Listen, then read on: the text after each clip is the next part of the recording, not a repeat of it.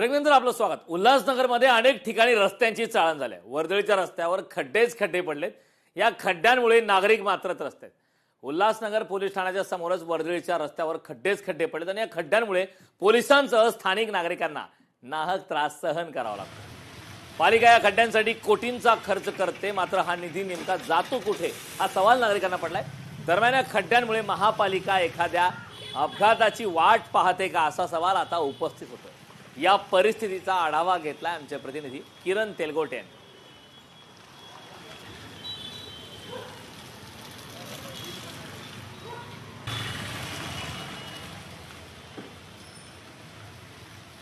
उल्हासनगर शहरामध्ये ठिकठिकाणी खड्डे जे आहेत ते पडलेले आहेत आणि अक्षरशः रस्त्यांची जी आहे ती चाळण झालेली आहे। आज आपण कॅम्प 1च्या आपण जर पाहायला गेलं तर उल्हासनगर हे पोलीस स्टेशन आहे आणि या पोलीस स्टेशनच्या बाहेरच हे खड्डे जे आहेत ते पडलेले आहेत आणि याच खड्ड्यांमधून इथे कर्तव्य करणारे जे पोलीस असतील त्याचबरोबर स्थानिक नागरिक असतील यांना या खड्ड्यांचा नाहक त्रास जो आहे तो सहन करावा लागतो। आपण जर पाहायला गेलं तर भले मोठे खड्डे या ठिकाणी जे आहेत ते पडलेले आहेत आणि शहरामध्ये ठिकठिकाणी जसे खड्डे जे आहेत ते पडलेले आहेत। महापालिका दरवर्षीच कोटी रुपये खर्च करते खड्डे भरण्यासाठी, मात्र हा पैसा जो आहे तो नेमका मुरतो कुठे असा सवाल जो आहे त्या निमित्ताने उपस्थित होतो। आपण जर पाहायला गेलं तर उल्हासनगर शहरामध्ये चक्क पोलीस स्टेशनच्या बाहेरच भले मोठे खड्डे जे आहेत ते पडलेले आहेत। तर शहराची अवस्था काय असेल या व्हिडिओच्या माध्यमातून आपल्याला दिसून येईल। त्यामुळे उल्हासनगर महानगरपालिकेने वेळीच ही खड्डे बुजवणे आवश्यक आहे। उल्हासनगर महानगरपालिका या खड्ड्यांमुळे एका मोठ्या अपघाताची वाट पाहते का असा सवाल जो आहे त्या निमित्ताने उपस्थित होतोय। किरण तेलगोटे, लोकशाही मराठी,